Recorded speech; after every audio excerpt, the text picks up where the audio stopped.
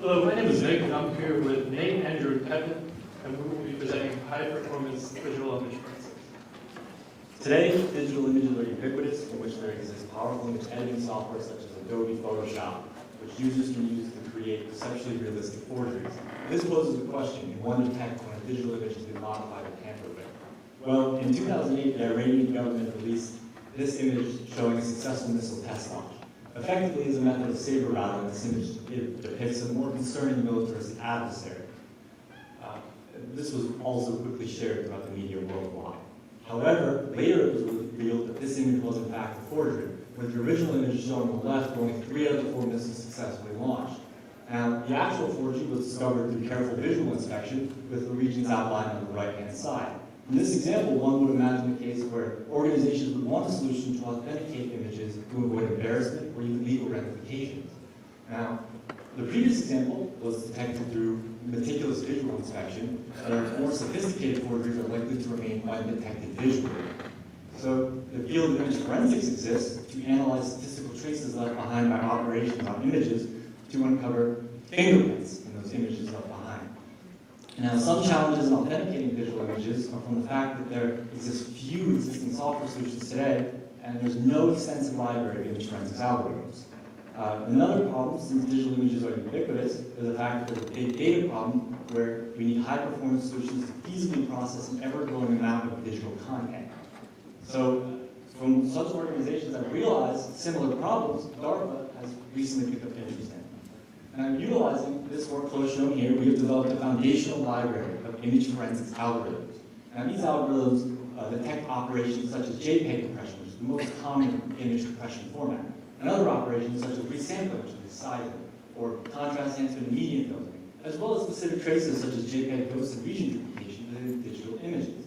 Now, to tackle the big data problem, we implemented high-performance solutions, which involve multi-core CPUs and GPUs.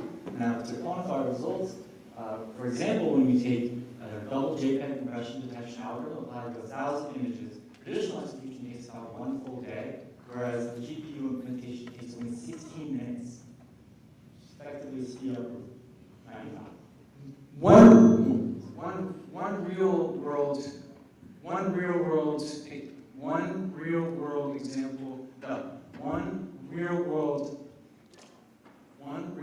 example of image forgery involves a user modifying their profile picture for the sake of beauty. This is typically on online dating websites, this is Dr. Kandasami's profile picture on Match.com.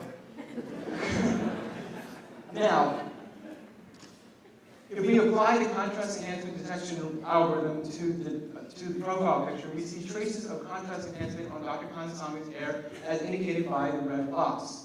The fingerprints left behind by contrast enhancement is this high-frequency content as indicated by the graph here. Notice how the image where Dr. Kandasami does not have hair, we see no signs of this fingerprint, which indicates that Dr. Kandasami may have modified this image by adding hair to his profile picture. So while we have seen a relatively humorous example at image forgery, we have to note that not all image forgeries are in fact innocuous. If you look at the image of the Iranian missile test, you in fact remember and see that this image was edited for the purpose of malicious purposes.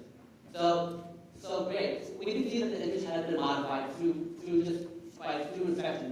The 2 center rockets in respect to missile threats are identical. Great. We can see this visually, but what happens is these edits aren't in fact as visual as these. So one algorithm we have attempted to implement what is known as the region duplication detection algorithm, as outlined on the right. So what the algorithm does is it looks for matched key points within an image, or basically regions of the image which are duplicates. And what it does is it basically matches these regions and says they're duplicated. If you compare the image on the right with the image on the left, you can in fact see that these images or our algorithm is able to determine that this image was in fact a forgery. So in summary, what we can say about our project to be broken up to several technical components. The main technical component for our project is essentially the fact that we developed a library of image forensic algorithms.